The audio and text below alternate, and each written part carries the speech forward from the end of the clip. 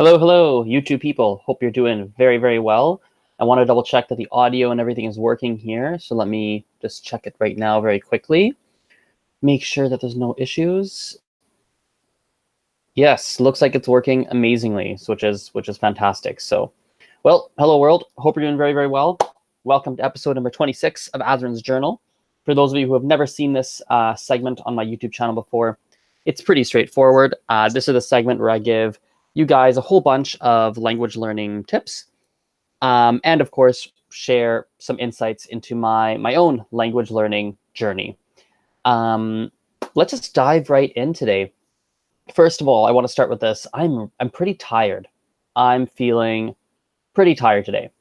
I've had some early mornings, some really early mornings in comparison to what I'm normally used to while I've been here in Taiwan. This is because I have been giving presentations at various schools in Taipei. I've done 2 different schools so far, and I've given presentations about Canada.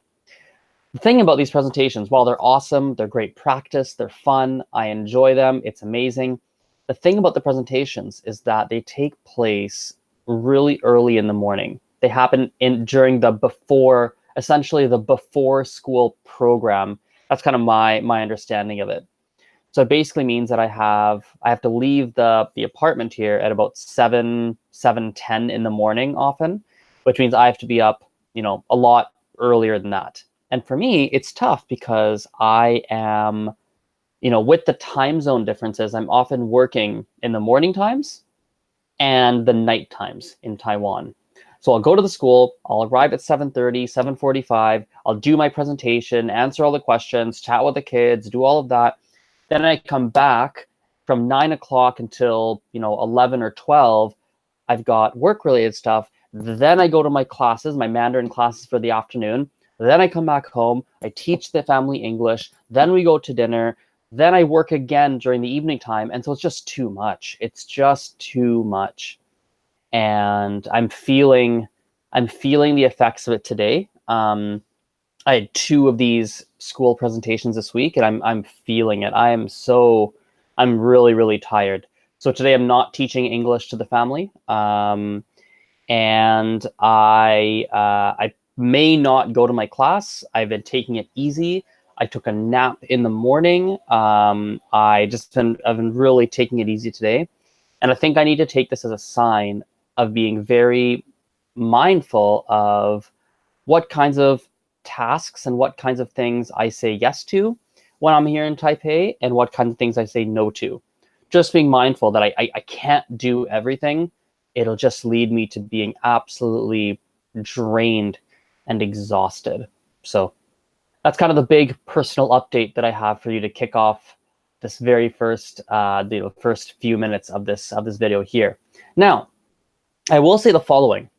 This is a really good way of tracking your progress in a foreign language. So I find that if you do the same task various times, it's a really good way to feel progress and notice your own progress in another language. So for myself, for example, I have already done 2 presentations about Canada for 2 different classes. So, and I'm doing 2 more while I'm here in Taiwan. By doing the same presentation to different groups of people and repeating, rinse and repeat that same exercise, I'm able to notice improvements in my language. Additionally, all the vocabulary and grammar and sentence structures, everything that I have to say in those presentations that comes up, I get lots of repetitions in a real life environment, in a real scenario that allows me to get good at those grammar points, good at that vocabulary, good at all of that reasonably quickly. Another version of this that I've personally experienced was in Spanish. When I was in Peru years ago, I used to go to the local markets in Peru. And the local markets in Peru would often be a little bit different. They'd be outdoor and you'd have different stalls, and the stalls are right next to each other. We have lots and lots of stalls right next to each other. So maybe there's 30, 40, however many different stores within a single market. And what I would do is I would walk into a market and I would have the same conversation with every single or many, many different store owners. I'd walk in, I'd say hello, I'd ask how much something costs.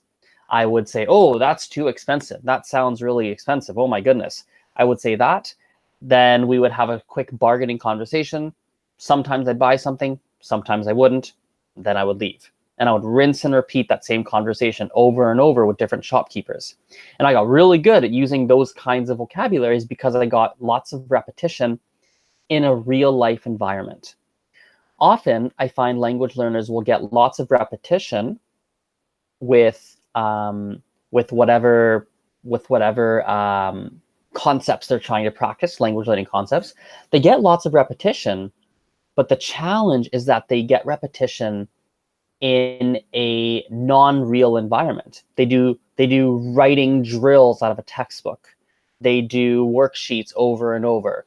They do things like that, which they're doing, but it's not a real life scenario. It's clearly a practice scenario, and as a result, you only get so much benefit from those kinds of activities.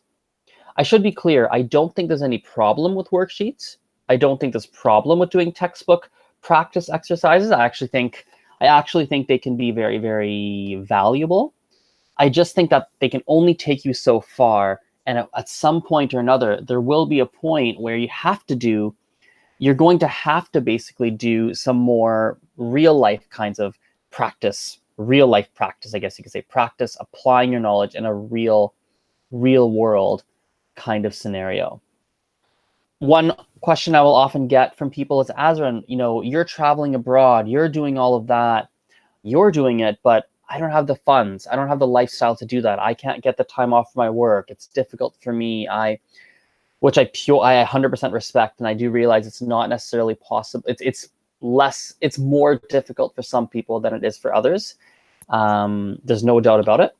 Milky Way, by the way, hello in the live chat. I see you there. That being said, I think that even if you can't travel abroad, you still have to try and find something within your lifestyle that can work for you to apply the knowledge that you have. I think a very easy blanket answer I can give that works for most people, whether you have money or not, is language exchanges. So going on a website such as italki.com, I talk, like blah, blah, blah, talk, italki.com, right? Go to the website. You can find language exchange partners, people that want to learn your mother tongue and that speak your target language. And so you can actually practice with them and get real life kind of experience. Another app is Hello Talk. So hello, like hello, Hello Talk is an application, very, very similar concept. Both of them are free. So this is something that you can use. This will work for most people, and you can get real life kinds of real scenario kinds of practice without necessarily having to travel per se. Milky Way is asking, Azren, where are you streaming from? I'm currently in Taiwan. I'm in my room right now, as you can see. So that is where I'm streaming from. Now, let's dive into the title of this video. I titled this video, Let Frustration Guide Your Language Studies. Unless by the time this stream ends, I change the title, but that was the initial title. So that's the title, Let Frustration Guide Your Language Studies. And I want to talk about this concept. It occurred to me yesterday, and I posted on my Facebook and my Instagram. I posted on both of these about this as well, because it's I think it's a powerful concept that can help people. Sometimes, let me share a story. I think a story is the best way to explain this. As you know, I just finished saying I'm in Taiwan. And while I've been in Taiwan, there have been two big things that have been making me a little bit frustrated. First of all, it's actually three things now that I'm thinking about it. Three things. Number one, my lack of sports vocabulary in Mandarin. It's weird. I never expected this, but it seems that I really need sport vocabulary in Mandarin. The homestay family I'm living with, one of the children really likes sports, and we often will stumble onto sports as a topic as we're just chatting. Today, even this morning, the kids at school I was talking at wanted to play basketball, and I was trying to explain to them how to play horse, and I just couldn't do it because I don't have any basketball words in Mandarin. And on and on. There's lots of, I've needed sports vocabulary way more than you would ever imagine. And I'm like, okay, it's frustrating. Scenario 2, which has sucked and it's been like terrible, is my ability just to talk to kids. There's so many things I want to say that I know how to say in English, but I have no concept at all how to say in Mandarin. And because there's kids living in this house, you know, I feel that frustration. I feel the effects of my vocabulary gap every day, and it sucks. And the third thing, more minor, but still something I've been thinking about, is I don't understand the news at all. When I watch the news, I happen to see it every day almost, or very frequently, and I don't understand whatsoever what's going on. So 3 things that really frustrate me. And I'm going to let those frustrations guide my studies. In other words, I'm going to now be learning, I'm going to focus my attention on learning sports vocabulary in Mandarin. Learning, like, how do you say shoot a ball? How do you say score? How do you say penalty? How do you say, I don't know, different sport names? How do you say penalty kick? How do you say, like, ice hockey? How do you say push and shove? And I don't know, like, how do you say all these kinds of words? I'm going to focus my attention on that. For watching the news, I'm going to learn, you know, common things you would hear on the news: homicide, theft, the weather, sports. You know, there's what do you call it? There's a high pressure system. I think that's what they call it, rolling through. Like, these kinds of things that you hear commonly on the news. I want to learn these because I want to be able to understand when I'm seeing stuff in my day-to-day life.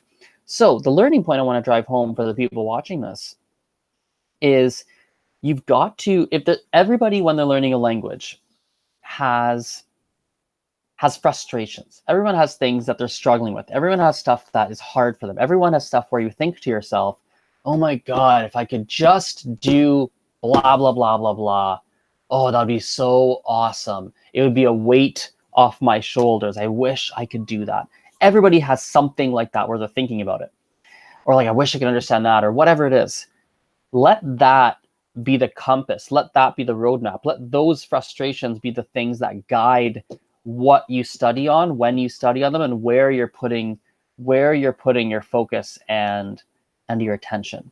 I think that can be a valuable strategy and a valuable tactic that I have used frequently, and only just recently kind of started thinking about it. Let's change gears a bit. Let's talk about something a little bit different. Let's talk about being active with your language learning. So this is a fun little concept too.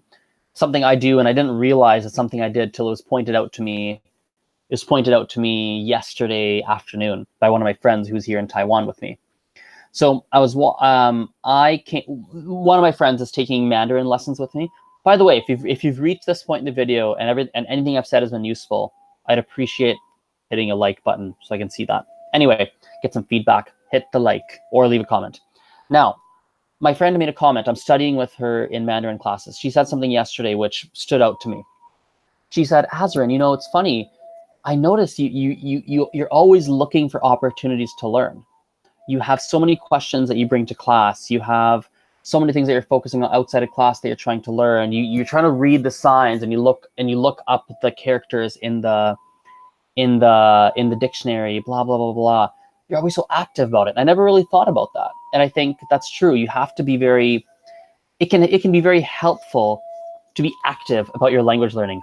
Oh, by the way, completely random. Can you guys hear that? I'll put my microphone close to the window. Check this out. I want you to write, if you can hear this, what do you think this music is? Where is it coming from? Listen. Can you hear it?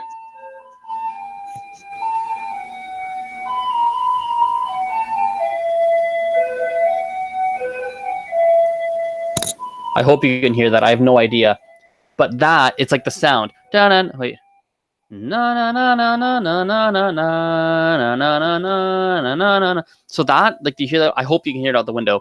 But anyway, I want you to write what you think that is. It's coming from a truck outside. It's making that sound. If you're in here, I really want to know where you think that's coming from. Is it someone playing the piano? What is it? Okay, write that in the comments, something. If you get it right, I'll give you a virtual high five, because I think everyone's going to get this wrong unless you know Taiwan or your country is very similar to Taiwan. Anyway, so being active about your studies, being active about it is a very good is a very, very good idea. What else can we talk about? I think another interesting concept to talk about here is boredom. Boredom's a big one. Again, a lot of the stuff I've been talking about on my Instagram and my Facebook and everything, but I haven't really done it on YouTube. So want to get a lot of this out on YouTube for you guys. Boredom kills learning. Let's start there. Boredom kills learning. If you are bored studying languages, you are going to learn a heck of a lot less. That's just real. If you're bored, you will learn less. If you're not bored, you will learn more. You will learn faster. Things will stick in your mind. So you have to make sure that the way you're learning doesn't bore you.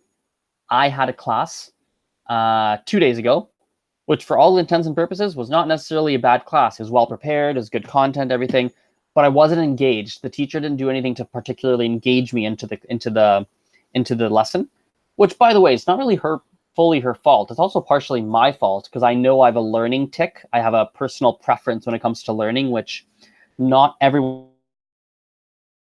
has, but it's something. If I don't have control over what we're learning in the class, I don't necessarily listen. Often that's how it'll be. If it's a private or a very small group, I want control over what I'm learning. Not full control necessarily, but some control. I didn't have any control in that class a couple days ago, so I was bored. And I noticed I wrote like no notes. I wrote like 7 things. And the class felt like it was a 6-hour class when it was, well, not 6 hours. It felt like it was a really long class when it was only 2 hours. Other classes I've taken were not like that. Other classes I have more control, I'm more engaged. And the end of the 2 hours, I'm like, wait, that was 2 hours? Holy cow, that blew by so fast. What the heck? Like, geez Louise. And it's like I was engaged. I wasn't bored, and I had so many more notes. I remembered a lot more. I learned a lot more. It was a much more positive experience. So boredom kills learning. Seems like one person's guessed what that music was a few minutes ago. No one else seemed to guess yet. I'll give you the answer. It was a garbage truck. In Canada, the trucks that have that music are ice cream trucks. Like, they sell ice cream. Hello, Constance, by the way, in the live chat. Hello from Beijing. Watching this while at work. Cool. Clearly you have a VPN. Anyway, so in Canada and many countries, actually, that is an ice cream truck. The ice cream trucks have that sound, and they sell ice cream. Oh my God, I want ice cream. I'm going to have ice cream. I'm going to go get some ice cream very shortly. Anyway, ice cream trucks will sell ice cream from their trucks, and you go out, you pay them to give you ice cream. The homestay family here they're on couch surfing, and they once had a Colombian individual living here, and the Colombian person also heard this, and they actually got their money out to go buy ice cream, because in Colombia it's the same thing. And the homestay family thought it's very funny, because they're like, why are you taking money to the garbage truck? That makes no, like, you want to buy garbage? You want to buy trash? Like, you want to buy the truck? Like, what the heck are you doing? But here it's a garbage truck, so you hear the sound and you're like, oh yeah, I better take my garbage out so the garbage can be taken away by the garbage truck. So, but in Canada, it's an ice cream truck sound. Anyway, let's give a couple more little things and we can finish this video off. It's been going for 18 or so minutes. Let's see, what can we talk about here? What else is coming to mind? Not a ton. Yeah, you know what? Nothing else is coming to mind. I feel like I've got a lot of the stuff out of my mouth that I wanted to get out. I appreciate your attention. You guys are the best. Yeah, I suppose I'll see you next time. Bye for now. See you. Where's the button? Okay, here it is. Stop broadcast.